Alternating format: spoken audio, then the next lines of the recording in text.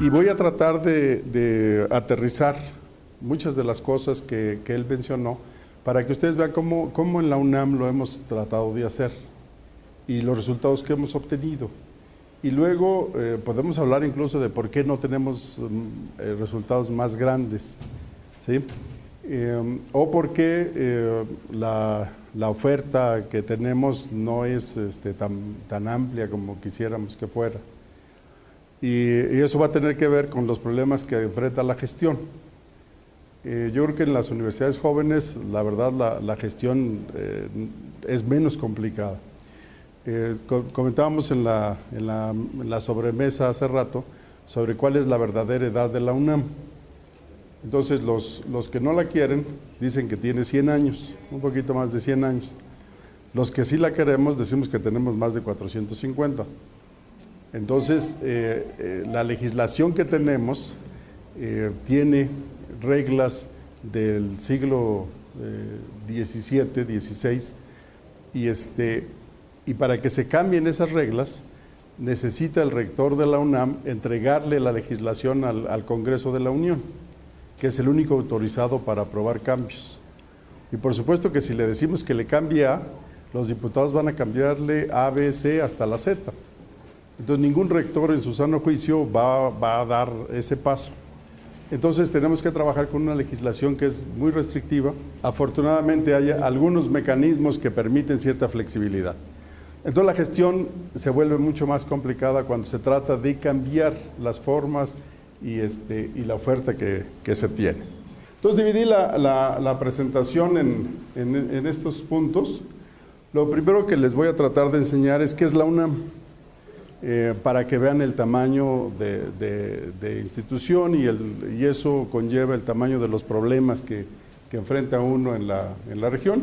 Y luego les voy a platicar cómo en la UNAM se decidió que el trabajo en modalidades no presenciales se haga bajo un esquema de trabajo en red y creando redes al interior de la institución, pero también redes con otras instituciones, redes interinstitucionales. Y eso se los voy a ejemplificar, la local con el sistema Universidad Abierta y Educación a Distancia, ¿sí?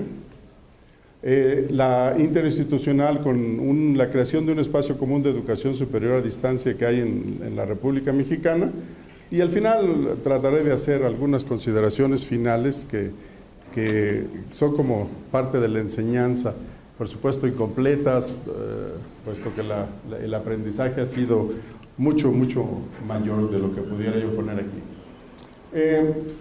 La UNAM es, yo diría que dentro de nuestro país, por supuesto, es la más grande, no solamente en estudiantes, sino en instalaciones y en proyectos de carácter nacional que administra. Tiene presencia en prácticamente, son 32 entidades federativas y tiene presencia en 25, ¿sí? También tiene presencia en Estados Unidos, en San Antonio, en Los Ángeles, en Chicago y en Seattle, y también tiene una oficina en Madrid. Entonces tiene una parte internacional importante. En números, lo que tenemos son 324.403 estudiantes en todas las modalidades, ¿sí? En programas que ofrecen certificados, títulos y grados, en posgrado, licenciatura, bachillerato y una carrera técnica de enfermería y un propedéutico que todavía se conserva de la Escuela Nacional de Música. El número de académicos es de casi 37,000, de los cuales casi 12,000 son de tiempo completo. Pero que además en términos de los académicos, la UNAM tiene un problema serio, como todas las universidades mexicanas. El promedio de edad de la planta académica rebasa los 54 años. ¿Sí? Entonces, eso significa que tenemos profesores de más de 80 todavía funcionando. Y eso pues no ha permitido que se tenga la graduación de académicos en términos de generaciones, para que cuando los de arriba vayan retirándose, los de abajo o se vaya conformando los nuevos desde el inicio. Entonces va a haber un problema serio en los próximos años en la institución cuando la mayoría se retire o se muera. Incluso, no sé si ustedes están familiarizados con el término de los ninis. ¿Hay alguien que ha oído de los ninis? Bueno, en México en un tiempo, hace no mucho, 3, 4 años, se habló de que hay un número muy importante de jóvenes que ni estudian ni trabajan. Y son como 7 millones de jóvenes. ¿Sí? Principalmente eso afecta a las mujeres. Hay un número mayoritario de mujeres que no han podido ingresar a la educación superior. Y entonces ahora los académicos jóvenes dicen que en las universidades tenemos otra generación de ninis, los que ni se jubilan ni se mueren. Entonces no abren espacios para que los jóvenes académicos entren. Pero bueno, les estoy empezando a decir problemas que hay, que tienen que ver con la gestión y con los cambios, sobre todo. Una población de ese nivel de edad, por supuesto que está más propensa a mantener las cosas como están. Y los cambios y las innovaciones y el tener que cambiar o aprender totalmente un modelo novedoso o diferente al que me permite ir a mi clase cada tercer día, es algo que no es fácil de que se acepte. En cuanto a la oferta, en el posgrado hay 40 programas que cuentan con 87 planes de estudio de maestría y doctorado. Alguien mencionaba las especializaciones. En la UNAM sí mantenemos un programa fuerte de especializaciones. Hay 194 diferentes planes de estudio. Licenciaturas hay 100 carreras, pero en realidad hay 170 opciones. Hay carreras que se presentan en más de una opción. Hay 3 planes de estudio de bachillerato. Yo creo que es de las pocas instituciones de educación superior en México que tiene el problema serio de formar el bachillerato. Incluso de los 324,000 estudiantes, yo creo que como cerca de 110,000 son de ese nivel educativo.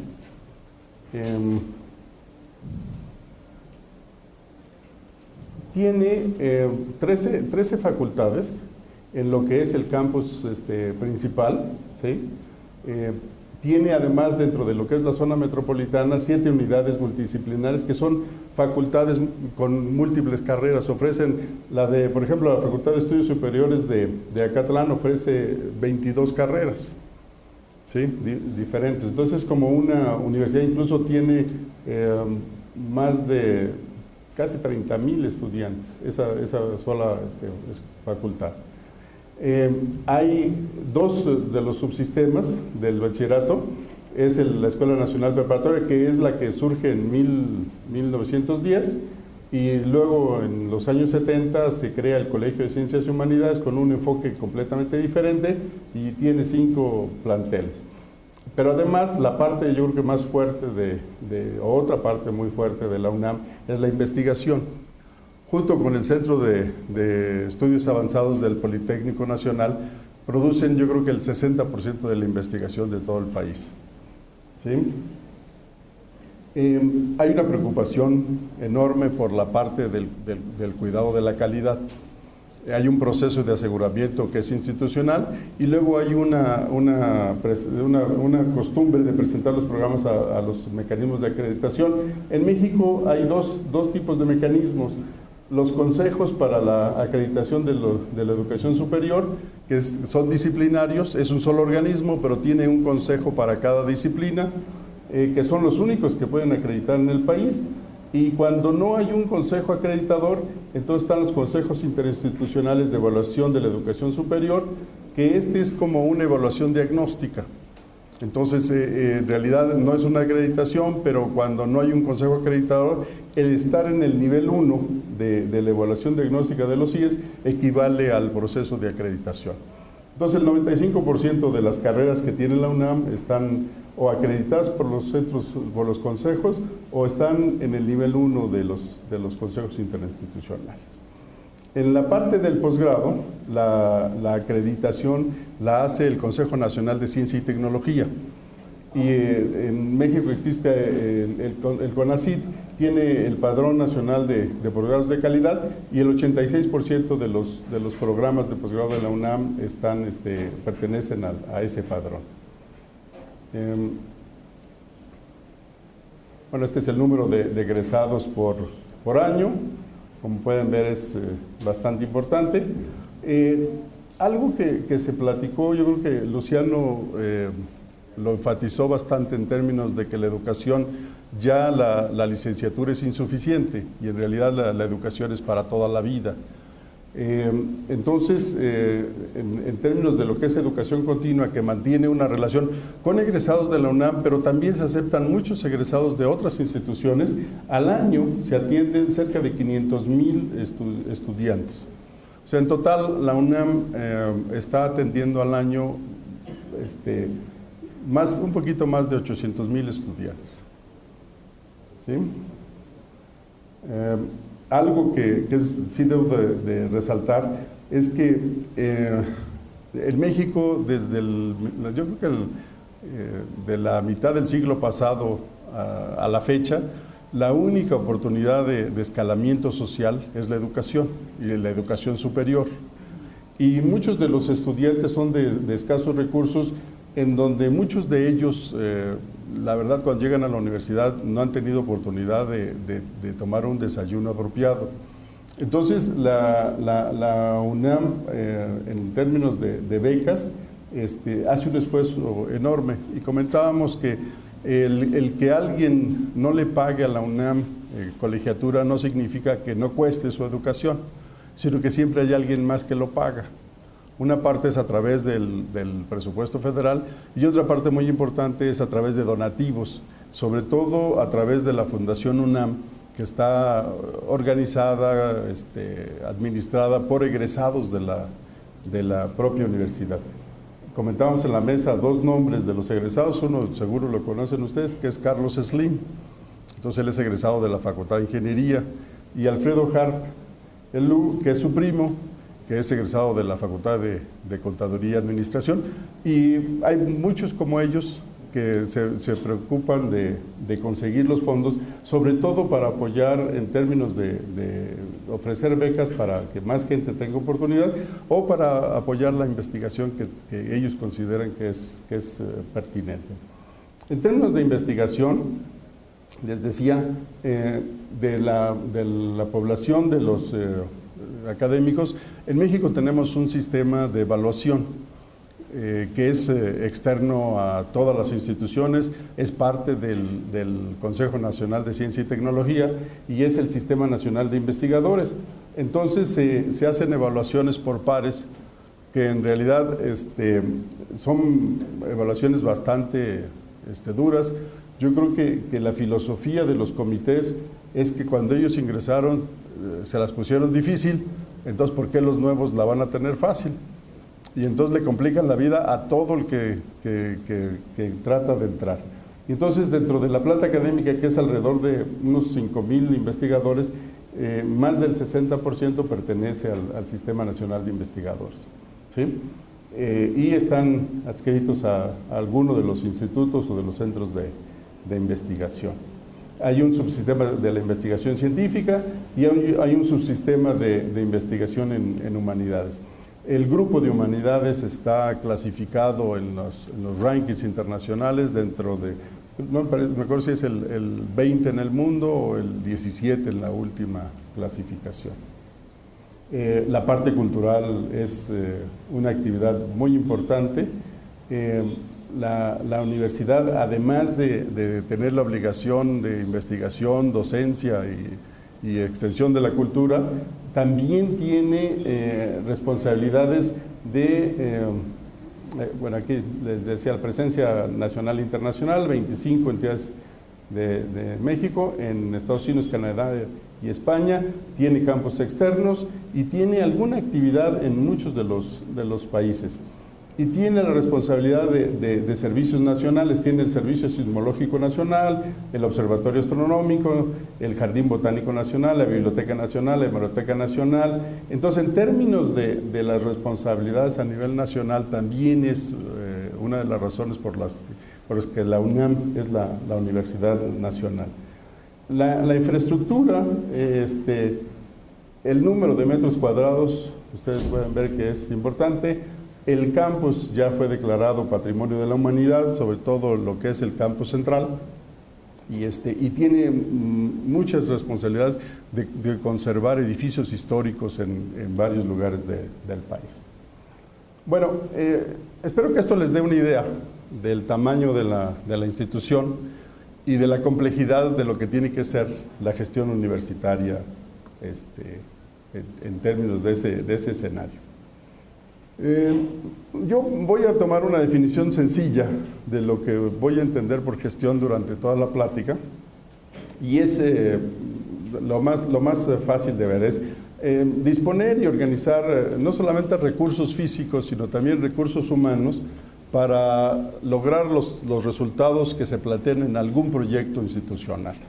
Y los proyectos pueden ir desde proyectos que tengan que ver con el área de la docencia directamente, con lo que es el sistema de docencia, con lo que es el sistema de toda la institución, la investigación, la extensión, y lo que sería como parte de la UNAM, como parte del sistema educativo nacional. En términos de eso, esta definición es la que voy a ir tomando en cuenta. Las actividades involucradas en los procesos de gestión van desde la parte de la propuesta, la planeación de proyectos, la administración de los proyectos, todos con un aspecto siempre de buscar la innovación. Tiene que haber una parte de análisis para que nos permita la parte de evaluación. Todos implican una negociación con alguien, ya sea con la administración de la misma UNAM, con el gobierno o con algunos grupos.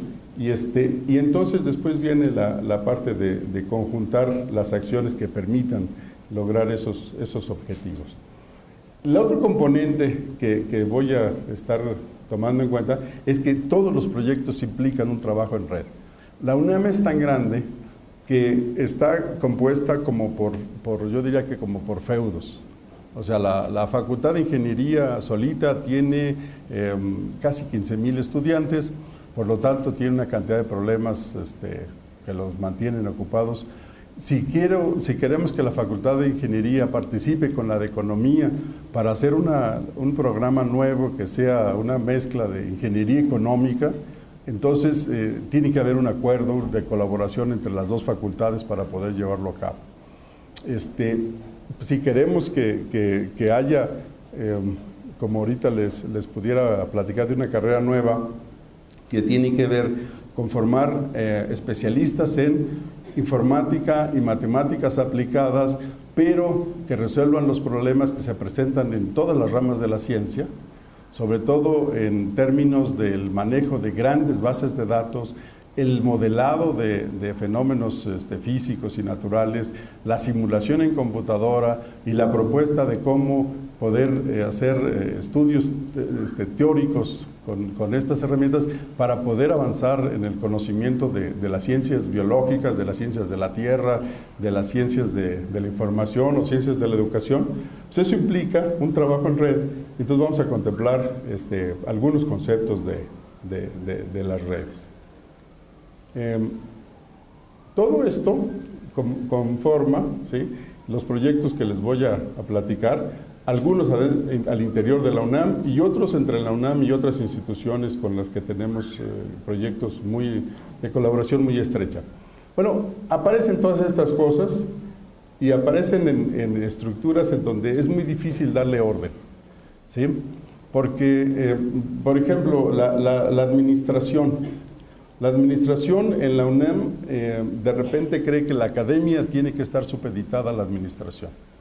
O sea, no podemos modificar el proceso de admisión a la UNAM porque los sistemas de la Dirección General de Administración Escolar no lo permiten. En lugar de que los sistemas se tuvieran que cambiar para ajustarse a los cambios que hacen falta, nosotros tenemos que cambiar los procesos para que puedan ejecutarlos los de la dirección. Entonces, por eso les pusimos todo esto en desorden, ¿no? Y con esto es con lo que tenemos que vivir para hacer los proyectos. Bueno, la UNAM, con los números que les di, No importa cuántos salones o cuántos edificios, cuántos metros cuadrados tengamos, es insuficiente para albergar más estudiantes. Pero además, este problema se presentó en la UNAM desde la década de los años 70 o de los 60, finales de los 60, en México se toma una decisión política de masificar la educación superior, y entonces las instituciones de educación superior tuvieron que recibir a un número mucho mayor de estudiantes de los que estaban atendiendo. Y entonces hubo un problema, bueno, hubo muchos problemas, pero el principal problema es que muchos de los que querían ingresar se quedaban fuera. En la actualidad, en el examen de admisión para la UNAM, 2 de cada 10 son los que pueden ocupar un lugar nuevo. O sea, se rechaza el 80% de los aspirantes. Entonces se buscó modelos que pudieran permitir que se atendiera a más estudiantes. Y además se estudió muy bien las poblaciones que estaban demandando el ingreso a la educación superior, y había un número muy importante de adultos mayores que ya trabajaban y que se les complicaba mucho asistir a la universidad. Entonces, en 1972 se propone la creación del sistema Universidad Abierta, que el modelo educativo es muy parecido, al igual que lo que mencionó la rectora en la mañana. El modelo educativo de la UNAM no es diferente en ninguna de las modalidades, simplemente los ajustes del énfasis en donde se tiene que hacer es lo que cambia. Entonces se definió un modelo en donde los estudiantes del SUA, del Sistema Universidad Abierta, no tenían que ir entre semana a las instalaciones de la universidad, y se preparaban las guías y se preparaba todo el modelo, que es muy parecido al que ustedes tienen en la parte de educación a distancia. Y desde ahí empieza realmente 2 poblaciones que son atendidas por la UNAM, pero principalmente en la zona metropolitana. Que cuando yo digo la zona metropolitana, estoy hablando actualmente de 25 millones de habitantes. Entonces, atender a la población en la zona metropolitana también es insuficiente cualquier modelo.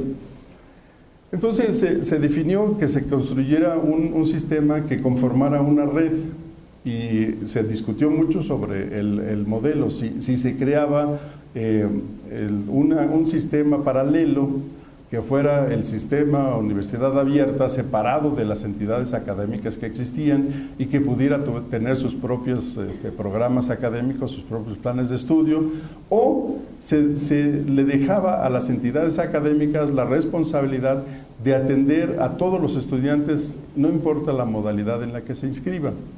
Entonces se analizaron ventajas, desventajas. Yo creo que los 2 modelos tienen ventajas, los 2 modelos tienen desventajas. Una ventaja que nosotros le vimos, o que se le vio en la UNAM, es que al tener la misma entidad académica atendiendo a las dos modalidades, la movilidad entre modalidades era algo casi natural. Entonces, estudiantes que empezaron a tener problemas porque entraban a trabajar y ya no podían ir al presencial, podían incorporarse rápidamente al modelo abierto y entonces no interrumpir sus estudios. Los planes de estudio son los mismos, lo único que cambia es el modelo de interacción entre los actores del proceso de enseñanza-aprendizaje. Y entonces se propuso la creación de un sistema que ha ido evolucionando desde el 72 a la fecha. A la fecha incorpora en 2005 la modalidad a distancia y cambia su nombre de Sistema Universidad Abierta y se le agrega y Educación a Distancia. Entonces pasa del SUA al SUAYED y está compuesto por una red que tiene 3 nodos en donde cada uno de estos elementos tiene su papel. Y la forma en que se define la gestión del sistema es a través de crear una normatividad. Entonces hay un estatuto, ¿sí?, en donde se define primero las condiciones del sistema. El sistema es opcional para las entidades académicas, no hay obligatoriedad de que las carreras se pongan. Incluso hay muchas carreras que por su naturaleza propia son difíciles de poner en modalidad a distancia. Las ingenierías, muchas de las ingenierías, por ejemplo. Hay otras que de manera natural, es más, antes de que se hiciera el sistema trabajaban a distancia. Medicina y enfermería en realidad no necesitaron que se incorporase a porque su modelo implica que los estudiantes gran parte del trabajo lo hagan en los hospitales o en los centros de salud. Entonces, en realidad, el modelo de Ciencias de la Salud no tuvo que hacer nada. También define los componentes de lo que es el sistema y define tres componentes. Un consejo asesor, cuya función ahorita vamos a ver, pero la principal es el aseguramiento de la calidad. O sea, es un consejo asesor formado por expertos en diferentes áreas del conocimiento y ellos tienen la tarea de que cada propuesta de las entidades académicas la evalúen y aseguren que arranque con calidad. Entonces hay un proceso interno para que desde el nacimiento de los programas nazcan con calidad. Una coordinación de la Universidad Abierta de Educación a Distancia, que en realidad es una dependencia muy, yo diría que de manera... es diferente a todas las dependencias de la administración central, porque no solamente tiene esta tarea administrativa, sino también tiene un grupo académico que tiene la tarea de estar investigando sobre la parte educativa, tanto en los modelos de pedagógicos como en la parte de psicología para el aprendizaje, como en el uso de las tecnologías para la educación. Y de esa investigación o de esa exploración que se haga, salen las propuestas de cómo debe funcionar los programas que se ofrecen en esta modalidad.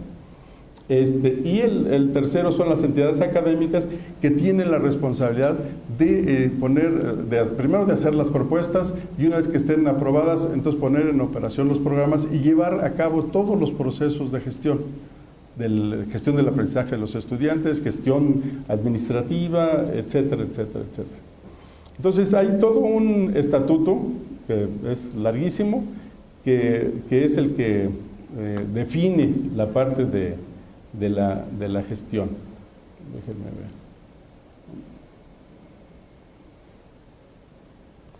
También hay un reglamento, y el reglamento en realidad define también la parte de la operación, de la parte de gestión. Al inicio, como se propuso en el SUA, es que los estudiantes del presencial sí podían pasar al sistema abierto, pero los estudiantes del abierto no podían pasar al presencial. La razón era, en realidad estamos abriendo esta opción porque no hay espacios físicos. Entonces, si permitimos que haya el cambio, entonces muchos entrarían al abierto y después se pasarían al presencial y tendríamos un problema bastante serio. Y esa decisión se tomó como que el de abierto era de segunda clase. Entonces, el que no puede en la presencial se pasa al de abierto y se acabó. Entonces, por mucho tiempo, el sistema, el SUA, con ese tipo de regulaciones se había considerado como de diferente calidad, lo cual va en contra del espíritu de la propuesta, puesto que la UNAM no ofrece títulos diferenciados. O sea, el título que obtiene el estudiante del abierto, de la distancia o del de presencial es el mismo título, no hay ninguna marca que diga en qué modalidad estuvo. Entonces el compromiso es que el nivel de calidad de los estudios de cada egresado de la UNAM tiene que ser similar con las diferencias que llevan las modalidades de manera natural. ¿Sí? Entonces en 2005, que yo empecé en 2004, nos dimos a la tarea de cambiar el reglamento. Entonces el cambio en el reglamento es que en el anterior era, si estás en el presencial y te quieres cambiar al abierto, tienes que cambiar de sistema. Te cambias de sistema y ya no hay regreso. En el nuevo, si eres estudiante del presencial y no puedes venir en un semestre a tus materias, las puedes llevar en la modalidad abierto a distancia, sin tener que cambiarte de sistema. Lo único que tienes que cuidar es que sí las apruebes, porque si no las apruebas, entonces se te quita el derecho de poder llevar las materias en esa modalidad, porque significa que tampoco tienes el tiempo para dedicarle a eso. Y la educación abierta y a distancia ya dejó de ser el patio trasero de las entidades académicas. Te quieres cambiar de sistema, entonces tienes que ser alumno regular y entonces tener un promedio mínimo de 8 para poderte cambiar de sistema. Algo que no hemos logrado y que ya se está logrando es que los de abierta sí puedan tomar clases en el presencial. Por supuesto que tenemos que cuidar muy bien que no sean los primeros semestres. Pero a partir del quinto semestre se está ya en la última parte de la evaluación para que estudiantes del sistema abierto y a distancia también puedan optar por llevar materias en la modalidad presencial, sin tener que cambiarse de sistema, con los mismos requisitos que se le pusieron al del presencial para llevar en abierta. Entonces el reglamento sí ha cambiado, nosotros digamos que para bien de todas las modalidades, porque ahora casi todas las entidades académicas, ¿sí?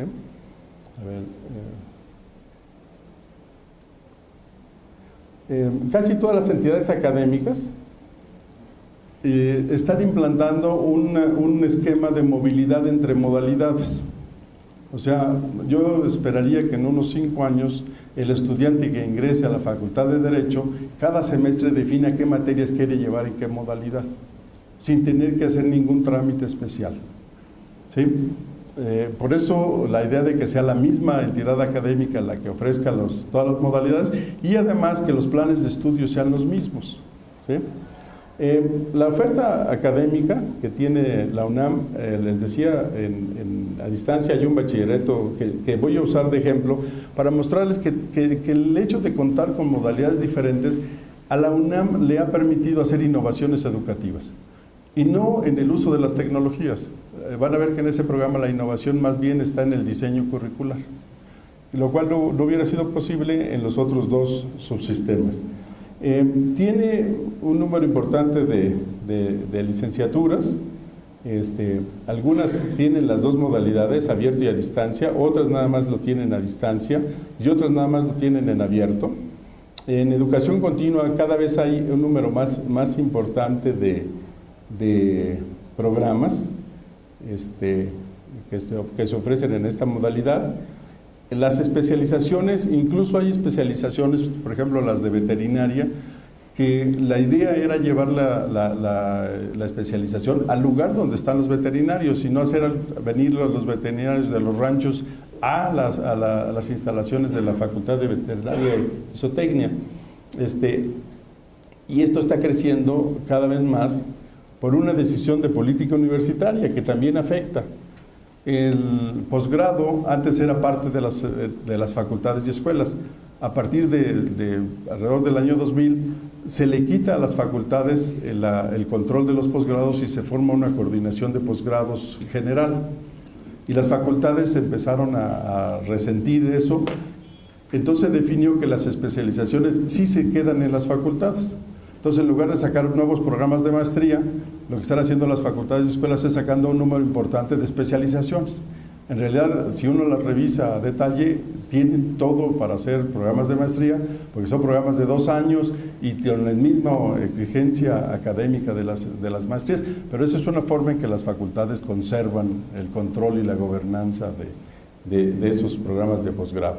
¿Sí? Hay programas también de maestría y en los doctorados una parte importante es que los doctorados en la UNAM no tienen modalidad. O sea, los doctorados en la UNAM son doctorados de investigación y en muchos doctorados, sobre todo en ciencias sociales, no importa si el estudiante lo tengo en mi cubículo o el estudiante está a 10,000 kilómetros. Mientras vaya cumpliendo con los pasos que se requieren para el doctorado, entonces el estudiante va bien. Entonces, les decía, parte de la gestión se le da, o prácticamente la gestión de la operación se le da a las entidades académicas y la gestión la hacen en paralelo a la gestión de la modalidad presencial. ¿Sí? Entonces, las entidades académicas tienen esa responsabilidad. El Consejo Asesor está formado por un grupo de especialistas, 2 representantes de la Administración Central de la Rectoría y 12 académicos que son propuestos por los consejos académicos de área que tiene la UNAM para hacer el aseguramiento de la calidad. Y estos 12 consejeros en realidad son los que tienen la responsabilidad de cuidar que los programas cumplan con los requisitos mínimos, y además han desarrollado indicadores y estándares para hacer las evaluaciones, han definido lineamientos para poder hacer las evaluaciones, cómo se deben de presentar los programas, y con estos lineamientos se han revisado todos estos programas, y todos estos programas ya cuentan con la aprobación del Consejo Asesor para ser ofertados en la modalidad a distancia, ¿sí? O en la modalidad abierta. Entonces, esta pequeña red intrainstitucional es la que se encarga de la gestión desde la propuesta hasta la puesta en operación y hasta la parte de evaluación y seguimiento. Entonces, les repito, dentro de la UNAM el esquema es diferente, por ejemplo, al que escuché yo en la mañana de parte de la rectora de la Universidad Virtual de Uniminuto, en donde aquí sí tienen el modelo que este sistema es autónomo de las entidades académicas. En el caso nuestro, en realidad es más complicado porque, les repito, cada entidad académica es un universo diferente a los de los demás. Parte de lo que me gustaría decirles es que los proyectos dentro de este sistema van siempre dentro de un contexto, y el contexto lo define cada vez que hay cambio de administración en rectoría, cada vez que hay un nuevo rector, o cada vez que un rector repite con una segunda administración.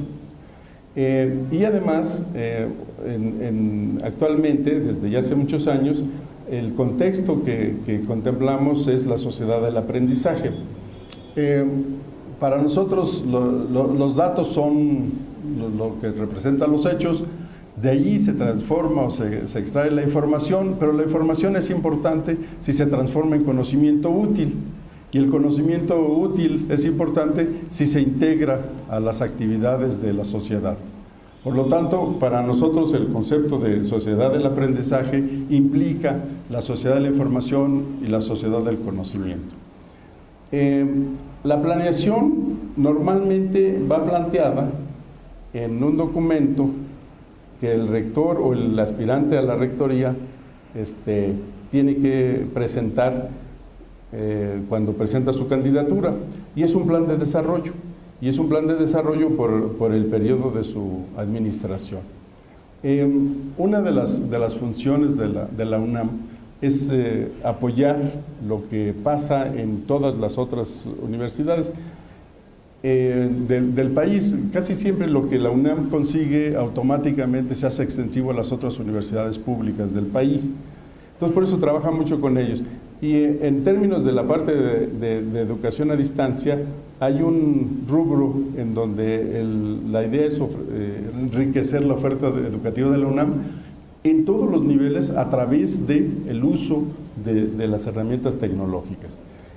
Hay un último que les quería poner, que es, yo creo que es una coincidencia con lo que se está haciendo en la Uniminuto, y es que para la UNAM uno de los cosas importantes es que responda a las necesidades del país, ¿sí? De todas las comunidades, ¿sí? Y en realidad es la que puede impulsar la atención de los grupos, normalmente dicen vulnerables. En México en realidad son grupos vulnerados, ya tienen muchos años que los vulneraron y los seguimos vulnerando, y no se hace mucho por evitarlo. Entonces, la universidad que quisiéramos tener es una universidad que puede estar más cerca de la población y que pueda hacer algo más por ellos. En realidad, yo creo que muchos de nosotros somos un ejemplo claro de lo que la UNAM puede hacer por un ciudadano mexicano, ¿sí? O sea, la parte de cambiar la vida. Ahora, este programa de trabajo normalmente va entrelazado entre la alianza con los gobiernos, pero también con la parte de la sociedad civil. Algo que en la gestión universitaria marca la diferencia para un rector de la UNAM es con quién tiene sus acuerdos. Si la relación es muy buena y realmente se va a impulsar la educación pública, el rector de la UNAM acuerda con el presidente de la República. Si las condiciones son de respeto y son normales, entonces el rector de la UNAM acuerda con el secretario de Educación Pública. Si las condiciones son malas entre el rector y el ejecutivo, entonces el rector de la UNAM acuerda con el subsecretario de Educación Superior y lo tratan como si fuera una universidad más de las que hay en el país. Entonces, cuando uno ve la relación que hay entre el rector y el presidente, uno ya sabe cómo le va a ir, no solo a la institución, sino cómo le va a ir a los estudiantes que atendemos. Entonces, hay una parte de política bastante, pues yo diría que muy interesante en nuestro país. Todo esto se transforma en estrategias. El punto central para nosotros es que haya inclusión social. Si hay inclusión social, la inclusión digital y todas las otras inclusiones quedan incluidas. La parte, como lo logramos, es a partir de los contenidos, y en la actualidad hay un componente importante que es la conectividad o el acceso universal a Internet. Por eso, a partir de la UNAM o a partir de la Academia Mexicana de Informática, donde actualmente tengo la fortuna de ser el presidente, estamos impulsando que haya iniciativas de ley para que el acceso a Internet sea un derecho ciudadano. Ya en lo que es la Ciudad de México ya hay una ley que está ya en proceso de implantarse y se están discutiendo los esquemas de cómo permitir que toda la población tenga acceso a Internet, pero estamos proponiendo nosotros que sea acceso de calidad. O sea, que no les vayan a dar acceso de banda mínima durante el día, que es preferible que les den acceso banda ancha durante un par de horas al día, para que la gente realmente aproveche eso en actividades que tengan que ver con su de desarrollo humano. Bueno, no sé si hasta aquí va todo muy claro o sí. No, pregunta. ¿La entidad académica maneja los programas a distancia y presencial? ¿Es una sola entidad? Sí, la Facultad de Contaduría y Administración maneja Contaduría, Administración e Informática en las 3 modalidades, presencial, abierta y a distancia. ¿Solamente un consejo facultad, un consejo? Cada facultad tiene un consejo técnico, que es el que toma ciertas decisiones. Cuando esas decisiones rebasan la capacidad de la facultad, pasan a un consejo académico de área de ciencias sociales. Entonces ellos son los que toman las decisiones. Si tiene que ver con las modalidades no presenciales, entonces también interviene el consejo asesor del Sistema Universidad Abierta y Educación a Distancia. Si las propuestas rebasan la capacidad que tiene estos consejos, entonces se hace todo esto y se pasa a un consejo que es el Consejo de Trabajo Académico del Consejo Universitario, y después se pasa al Pleno del Consejo Universitario. ¿Sí? O sea, la verdad es un tormento esto de... Ahorita les voy a mostrar un diagrama de flujo que van a ver, nada más, no se los voy a explicar, nada más se los voy a mostrar para que vean por lo que tiene que pasar una entidad académica para que le aprueben un programa. Estamos buscando que ese cambio no sea nada más permitir la movilidad entre modalidades, sino la movilidad entre carreras. O sea, que alguien de enfermería pudiera tomar la materia de Derecho Forense que ofrece la Facultad de Derecho. Ahorita lo que logramos es que estudiantes de Trabajo Social pudieran llevar materias en la Facultad de Filosofía, sobre todo en aspectos de ética y moral. Entonces sí estamos buscando que se haga esto. Ahora, esto lo permiten los programas porque dentro de los cambios que ha habido, se pide que haya materias optativas en la parte final, de tal forma que los temas nuevos puedan ser incorporados rápidamente o de manera fácil a la parte curricular. Entonces, todas las carreras tienen alrededor de entre 3 y 4 optativas en los últimos semestres. Entonces, de esas materias es donde puede hacerse la movilidad entre carreras, o sea, entre facultades también. ¿Sí? Y yo les puedo decir que ya estamos en la última, cuando yo terminé ya estábamos en la última fase de la aprobación. Entonces se va a permitir esta movilidad. Hay algo que interinstitucionalmente hacemos. Aceptamos estudiantes de otras universidades a que lleven materias de las carreras de la UNAM. Hay una movilidad, un programa de movilidad extenso en toda la República, financiado por Santander. Y antes aceptábamos eso, pero no aceptábamos estudiantes de otra facultad. O sea, localmente no permitíamos esa movilidad, pero externamente sí la permitimos. Entonces, por ahí fue que logramos argumentar y fundamentar bien la necesidad de que se permita esta movilidad. Y esto le da riqueza a los estudiantes. Además, en México, yo supongo que en Colombia también, necesitamos ya nuevos perfiles. O sea, necesitamos abogados, pero con otro sello. Necesitamos biólogos con otro sello. Por ejemplo, hay una necesidad enorme en bioinformática. O sea, biólogos o informáticos que sepan biología o biólogos que sepan informática, porque ya la parte de la investigación en biología implica mucho uso de la informática. Bueno, hay un reglamento que nadie aplica, que un estudiante de informática o un estudiante de biología puede llevar el 40% de sus créditos de otra facultad. O sea, eso está ahí, lo que pasa es que no se aplica casi. Entonces yo no necesitaría crear una carrera nueva, una licenciatura en bioinformática, sino más bien dar la opción de que estudiantes de biología o de informática pudieran tomar el perfil de egreso de bioinformático. Y con eso podría uno responder de manera muy rápida a las necesidades de ciertas áreas, sin comprometer a la institución a un programa permanente. Porque una vez que uno arranca una carrera, esa carrera se queda para siempre, ¿no? Entonces, esa flexibilidad no la estamos aprovechando. Entonces, sí es lo que... creo que este es un buen inicio de empezar con esta movilidad para llegar a este otro punto en donde los estudiantes puedan elegir su perfil. Ahorita les voy a mostrar otra cosa que hicimos, porque siempre se habla, incluso casi todos los psicopedagogos dicen que en la actualidad la educación debe de estar centrada en el estudiante. Y al estudiante es al que nunca le preguntamos cómo quiere que sea su educación. Nosotros decidimos lo que es bueno para el estudiante. Decimos, no, este cuate tiene que estudiar así, esto es lo mejor, estamos centrando todo en él. Bueno, sí, pero hay que preguntarle a él si eso es lo que a él le parece que la educación se centra en él.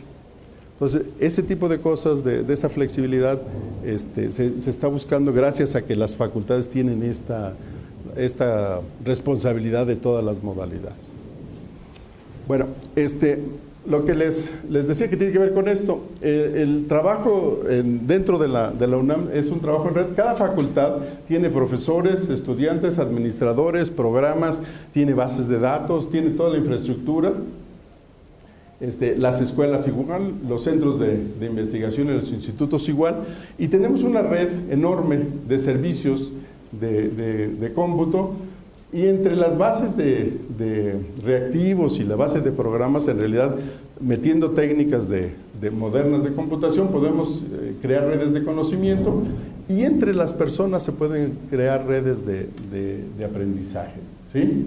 Y además, ahora estamos tratando de incluir un elemento más, que es que son los agentes computacionales. O sea, estamos metiendo agentes basados en técnicas de inteligencia artificial para tratar de hacer una red que nos permita llevar a cabo una tarea que le hemos definido como de gestión de conocimiento. O sea, en la UNAM se genera mucho conocimiento, no solamente científico o humanístico, sino también de la población, de los estudiantes, de los profesores, de los administradores, de los procesos, de todo.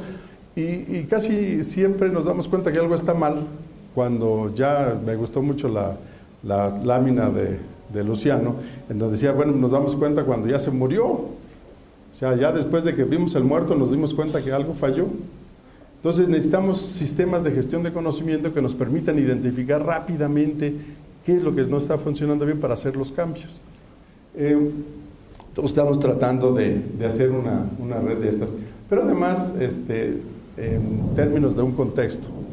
Y este mismo esquema se repite si el contexto, en lugar de ser la UNAM, el contexto es el país, porque entonces cada nodo no sería una facultad, sino sería una universidad, y las relaciones y las redes se harían entre instituciones.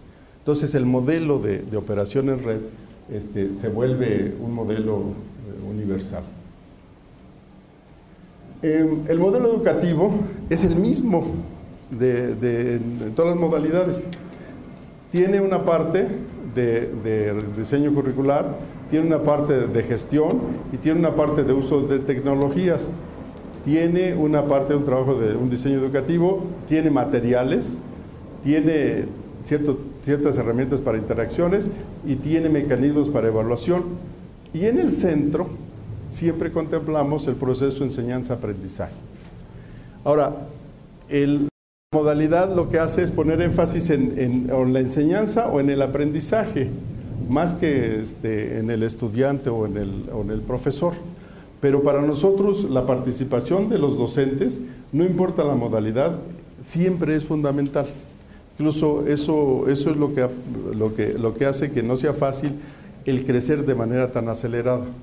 Porque uno tiene que tener el profesorado que hace falta para atender las necesidades de los estudiantes para poder aumentar la matrícula.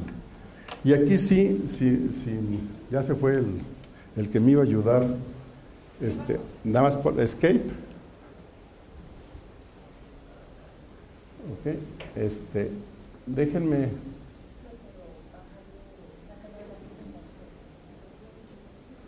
Les voy a enseñar este estudio. No sé cómo voy de tiempo, pero me parece importante. Nos interesaba realmente preguntarle al estudiante qué opina o cómo ve las cosas o de qué manera podemos realmente poner el énfasis en las necesidades del estudiante. Entonces, con unos colegas los contratamos para hacer un estudio y buscar la parte de esto. La metodología me la voy a brincar, créanme que está aprobada, las muestras también, y más bien me voy a ir a la parte de los resultados. Esto es lo que pasó, ¿no? Y hay dos preguntas sencillas. Una, ¿qué significa para la gente, para el estudiante, obtener una profesión? Y la otra, en función de ellos, ¿cómo debería ser la universidad en donde ellos quisieran estudiar esa profesión? Y nos dio todo este diagrama, pero no se los voy a dar así todo el detalle, sino poco a poco.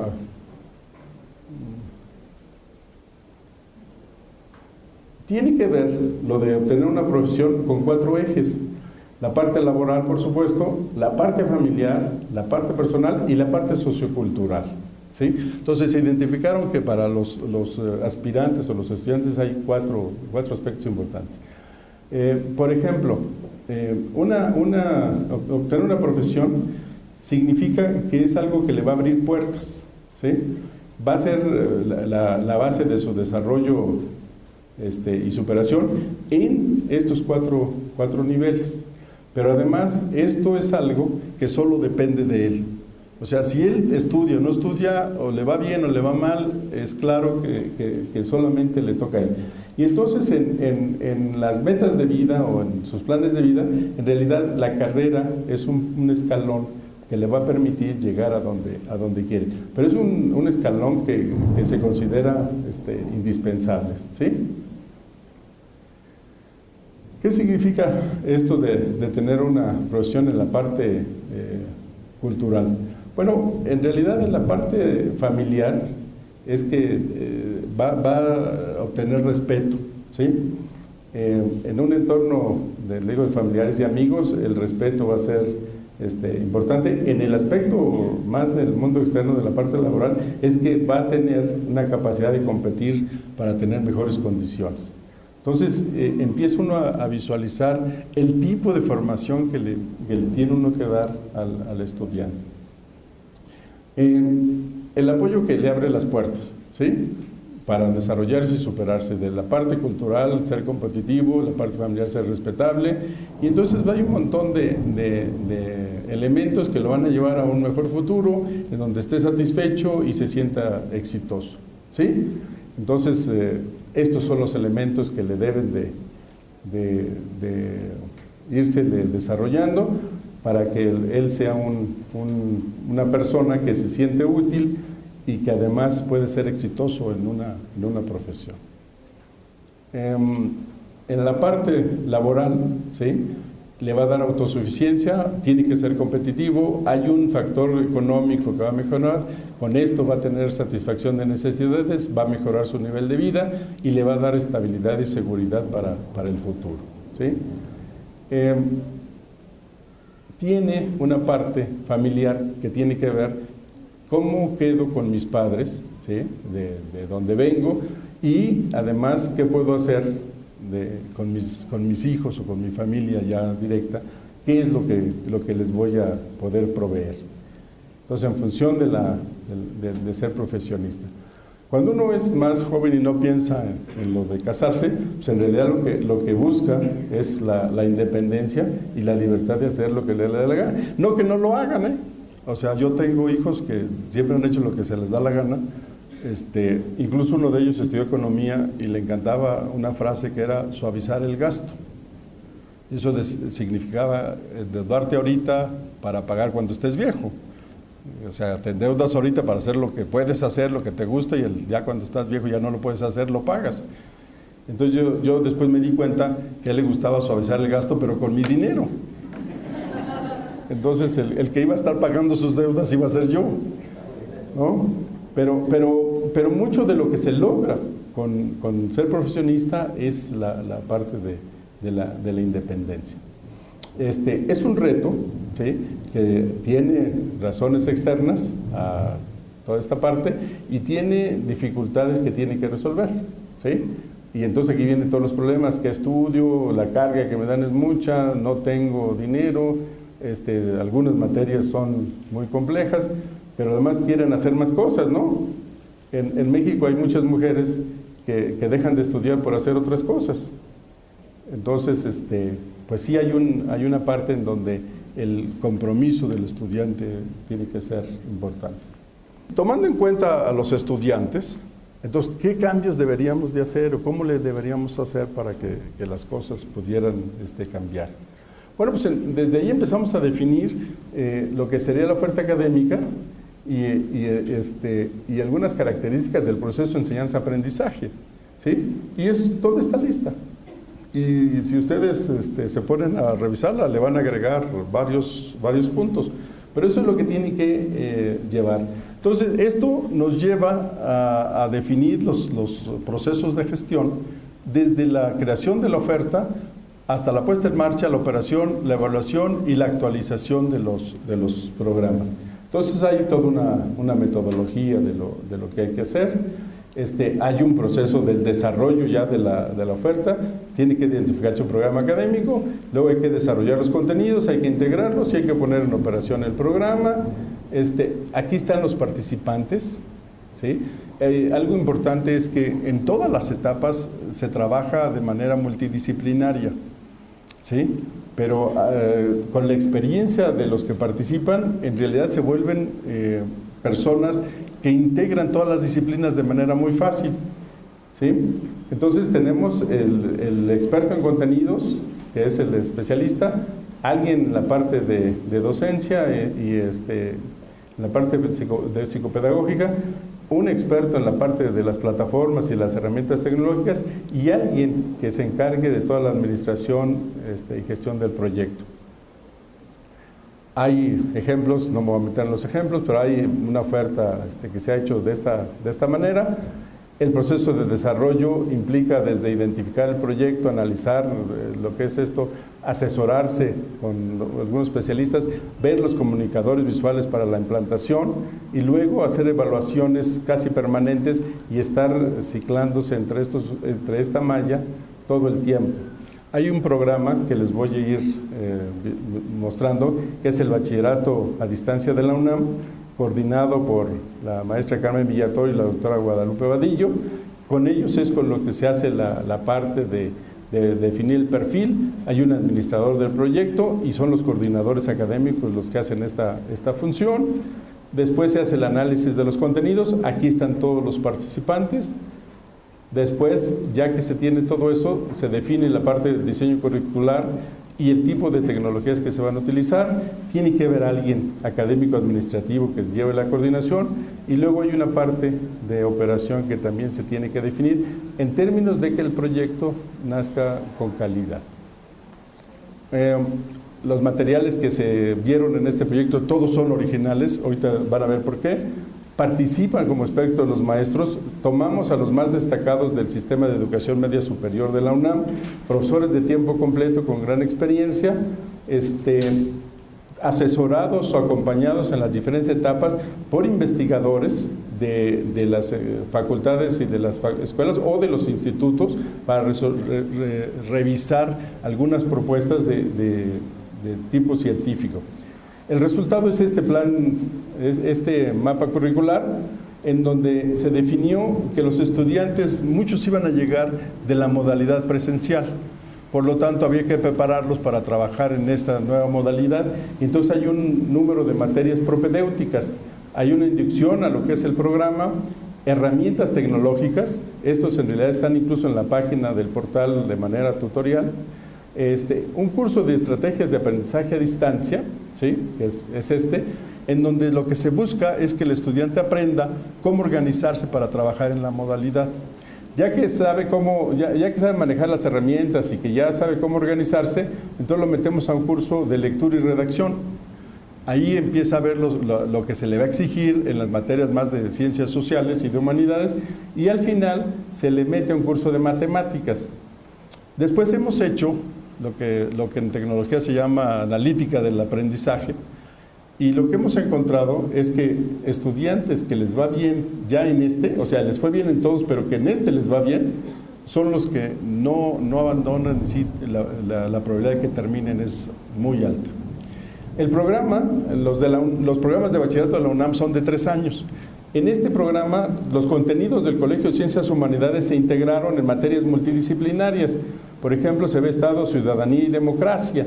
Y esto es una mezcla de historia y ciencias sociales.